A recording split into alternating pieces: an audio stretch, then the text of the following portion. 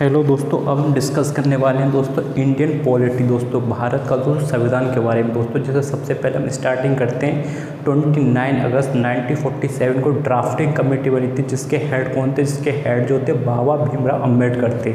इसके अलावा दोस्तों 7 दोस्तों इसमें क्या थे? मेंबर थे। जो के.एम. मुंशी दोस्तों पूछा था कौन से कांग्रेस के मेंबर थे, तो के.एम. मुंशी जो थे किसके थे? कांग्रेस के मेंबर थे। इसके अलावा दोस्तों पूछा है मोमडन इसमें कौन थे? इसमें कमेटी में दोस्तों सैयद मोहम्मद करके जो थे वो तो मुस्लिम थे दोस्तों इस कमेटी में, वो भी तो दोस्तों इस कमेटी के हेड जो थे डॉक्टर भीमराव अम्बेडकर दोस्तों। इन्हें संविधान लिखने के लिए, बनाने के लिए 2 साल 11 मंथ 18 दिन लग गए थे, लगभग 3 साल। जो इन्होंने 395 आर्टिकल बताए थे, 22 दोस्तों 22 पार्ट्स बनाए थे और 8 दोस्तों क्या शेड्यूल बनाए थे। इसका दोस्तों संशोधन हो के जो है इसके अंदर अभी 465 आर्टिकल है। जो 22 पार्ट्स है दोस्तों उन्हें किस में कन्वर्ट कर दिया गया, तो 22 की जगह 25 हो गए। 8 शेड्यूल दोस्तों कितने हो गए? 12 शेड्यूल हो गए। तो दोस्तों सबसे पहले हम बात करते हैं पार्ट 1 की। पार्ट 1 क्या कहता है? Union and it's territory, article 1 से लेकर 4 तक दोस्तों। तो क्या कहता है? भाग 1 संघ और उसका राज्य, आर्टिकल 1 से लेकर 4 तक दोस्तों। इसमें होता क्या है कि इसमें क्या होता है कि हमारा जो केंद्र सरकार है वो क्या कर सकती है? स्टेट सरकार को भंग भी कर सकती है, उसे क्या रद्द कर सकती है। जैसे 5 अगस्त 2019 को क्या किया? जम्मू कश्मीर को राज्य का दर्जा छीन के क्या कर दिया गया? यूनियन टेरिटरी में कन्वर्ट कर दिया गया।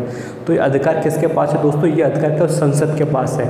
तो वो क्या करता है? किसी राज्य को बनाना, उसकी सीमा तय करना, ये सब किसके अधिकार में दोस्तों पूछा जाता है? तो ये संसद के अधिकार में दोस्तों। तो 5 अगस्त 2019 को जो राज्य था वहाँ पे उससे हटा के 370 हटा के वहाँ पे क्या यूनियन टेरिटरी बना दी गई दोस्तों। अब बात करते हैं पार्ट 2 की, सिटीजनशिप, नागरिकता, आर्टिकल 5 से लेकर 11 तक। तो ये क्या कहता है कि हमारे देश में जिसका जन्म हुआ वो हमारा देश का दोस्तों क्या नागरिक है। पर इसमें टर्म्स कंडीशन हो जाते हैं। इसमें बोला गया है कि वो बाई बर्थ होना चाहिए। जब प्रेसिडेंट का दोस्तों इलेक्शन लड़ेगा, कैसे लड़ेगा? बाई बर्थ दोस्तों इलेक्शन लड़ेगा, किसका? प्रेसिडेंट का।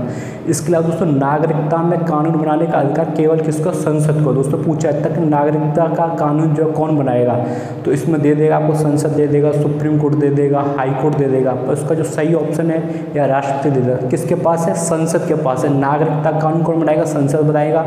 किसी राज्य को छोटा करना, बड़ा करना या फिर कुछ भी करना कौन बनाएगा? संसद बनाएगा दोस्तों। अब हम बात करते हैं पार्ट 3 की, जो कि सबसे ज़्यादा इंपॉर्टेंट है दोस्तों। भाग 3 फंडामेंटल राइट्स दोस्तों। फंडामेंटल राइट्स जो इसे मूल अधिकार बोलते हैं, आर्टिकल 12 से लेकर 35 तक दोस्तों। ये फंडामेंटल राइट्स है, कहाँ से लिया गया है?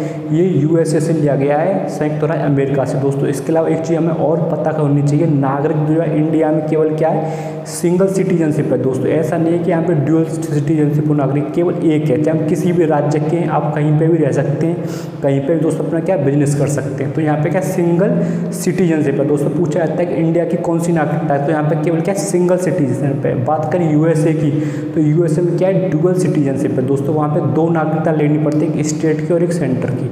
अब बात करते हैं दोस्तों किसके? आर्टिकल क्या कहते हैं? पार्ट 3 की फंडामेंटल राइट्स की। कहाँ से लिया गया? यूएसए लिया गया। अब बात करते हैं आर्टिकल 12। तो 12 क्या कहता है? डिफाइन करता है स्टेट को, जिसके अंदर आपकी ग्राम पंचायत, म्यूनसिपैलिटी या डिस्ट्रिक्ट आते हैं। इन सब के निर्णय कौन करेगा? स्टेट जो है इनके लिए क्या करेगा? चुनाव की प्रक्रिया करेगा। इसके अलावा उसी के अधिकार में दोस्तों आएंगे। अब बात करते हैं किसकी? आर्टिकल 13 की। तो आर्टिकल 13 क्या है? जुडिशियल रिव्यू है लेजिस्लेटिव असेंबली का। ये क्या करता है? मूल संरक्षण है, जो हमारे अधिकार है, मूल अधिकार है उनका क्या करता है दोस्तों? संरक्षण करता है उनके। यदि हम हमारे मूल कर्तव्य कोई सरकार जो खिलवाड़ करती है, तो हम किस में आ सकते हैं? सुप्रीम कोर्ट में आ सकते हैं। सुप्रीम कोर्ट के पास दोस्तों पावर है कि वो उस अधिकार को क्या कर सकता है? जिसने भी कानून बनाया उस कानून को क्या कर सकता है? रद्द कर सकता है दोस्तों। अब बात करते हैं किसकी? आर्टिकल समता का अधिकार, राइट टू इक्वलिटी, आर्टिकल 14 से लेकर 18 तक। ये राइट टू इक्वलिटी में आर्टिकल 14 की बात करें तो इक्वलिटी बिफोर लॉ। तो इसमें क्या है कि सभी के लिए समान अधिकार है। हमारे देश में चाहे दोस्तों कोई गरीब हो, चाहे टाटा हो, चाहे अंबानी हो, सजा का प्रावधान जो उन्होंने मान ली कोई सपोज कीजिएगा कुछ उन्होंने गलत काम किया, तो सजा उन्हें उतनी ही देगा कोर्ट जितना किसी आम आदमी को देगा।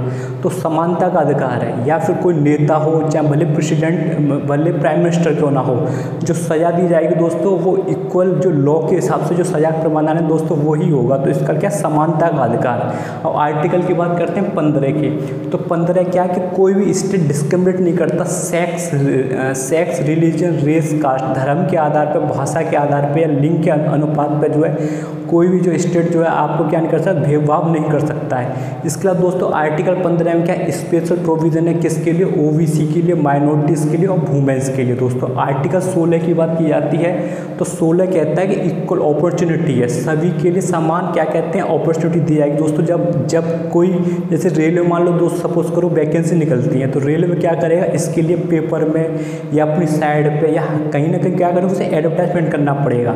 तो उसकी वजह से क्या होगा, उसकी वजह से हमें पता चलेगा इसमें वैकेंसी हम फॉर्म फिल भरेंगे, उसका एग्जाम होगा, उसका हम लोगों का सिलेक्शन होगा। यदि ऐसा नहीं होता तो दोस्तों हमारे जो राजनेता उनके बच्चे या रिश्तेदार या फिर जो DMSP उनके बच्चे की जॉब ले लेते, जो गरीब है, जो क्या कहते हैं समाज का दोस्तों गरीब है, जिसे रिक्वायरमेंट है दोस्तों वो कभी नौकरी नहीं ले पाता। तो आर्टिकल 16 दोस्तों ये कहता है। और दोस्तों आर्टिकल 16 के बाद ये पूछा जाता है जो एडवर्टाइजमेंट निकलता है वो किस में निकलता है, आर्टिकल 16 के तहत निकलता है। अब बात करते हैं आर्टिकल 17 की, तो अबोलिशन अनटचेबिलिटी, छुआछूत यदि कोई करता है तो उसे क्या है लॉ के हिसाब से क्या दंडित किया जाएगा।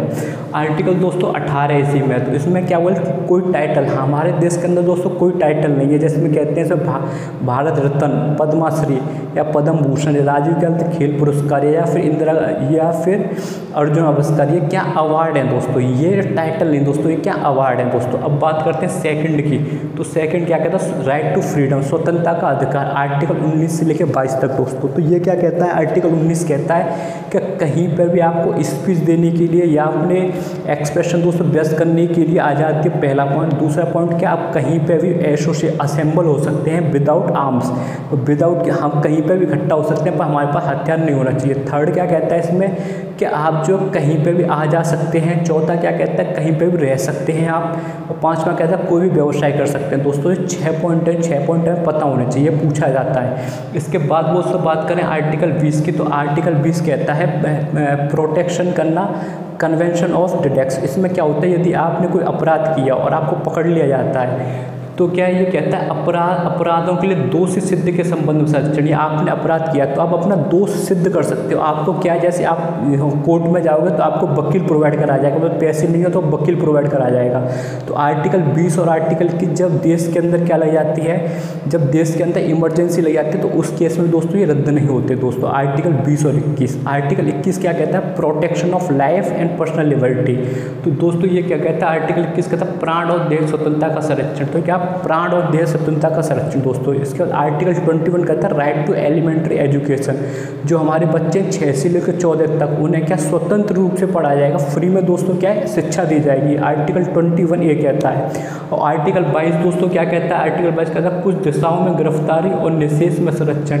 यदि पुलिस आपको गिरफ्तार कर लेती है तो उसे क्या है आपके किसी घर के मेंबर को बताना पड़ेगा कि पुलिस ने उसे उठा लिया। उसके अलावा 24 घंटे के अंदर दोस्तों उससे कोर्ट के अंदर पेश करना पड़ेगा। ये नहीं है कि आप डेली जो उसकी पिटाई कर रहे हो कोर्ट के अंदर पेश ही नहीं कर रहे हो। इसके बाद दोस्तों जो नेक्स्ट आता है वो राइट अगेंस्ट एक्सप्लोरेशन, शोषण के विरुद्ध अधिकार। इसमें क्या होता है आर्टिकल 23 कहता है कि आप जो है ह्यूमन बीइंग का दोस्तों शोषण नहीं कर सकते दोस्तों, ह्यूमन बीइंग का शोषण नहीं करते। आर्टिकल 24 कहता है दोस्तों हर एग्जाम में पूछा जाता है कि जो बच्चे हैं 14 साल तक बच्चे हैं उन्हें किसी फैक्ट्री में काम करने के लिए अलाउ नहीं। यदि पकड़े जाते हो आप तो आपके ऊपर जो है दंडवत कार्रवाई होगी दोस्तों आर्टिकल 24 के तहत। दोस्तों आर्टिकल 25 से लेकर 28 तक क्या कहता है right to freedom of religion. आप किसी भी धर्म को मानने के लिए बाध्य नहीं हो, आप अपने हिसाब से कोई धर्म मान सकते हो। जैसे हमारे सिख भाई हैं वो क्या करते हैं कृपाल रखते हैं अपने साथ, क्या है एक इस तरीके का वो रखते हैं चाकू टाइप का दोस्तों, उसका नाम भूल गया मैं, क्या कृपाल बोलते हैं शायद उससे, तो वो सब रखते हैं। या फिर आपने देखा होगा जैन जो रहते हैं वो अधिकतर क्या होते हैं नंगे होते हैं। तो हमारे देश के अंदर दोस्तों आप आज़ाद हो, आप अपने धर्म के हिसाब से कुछ भी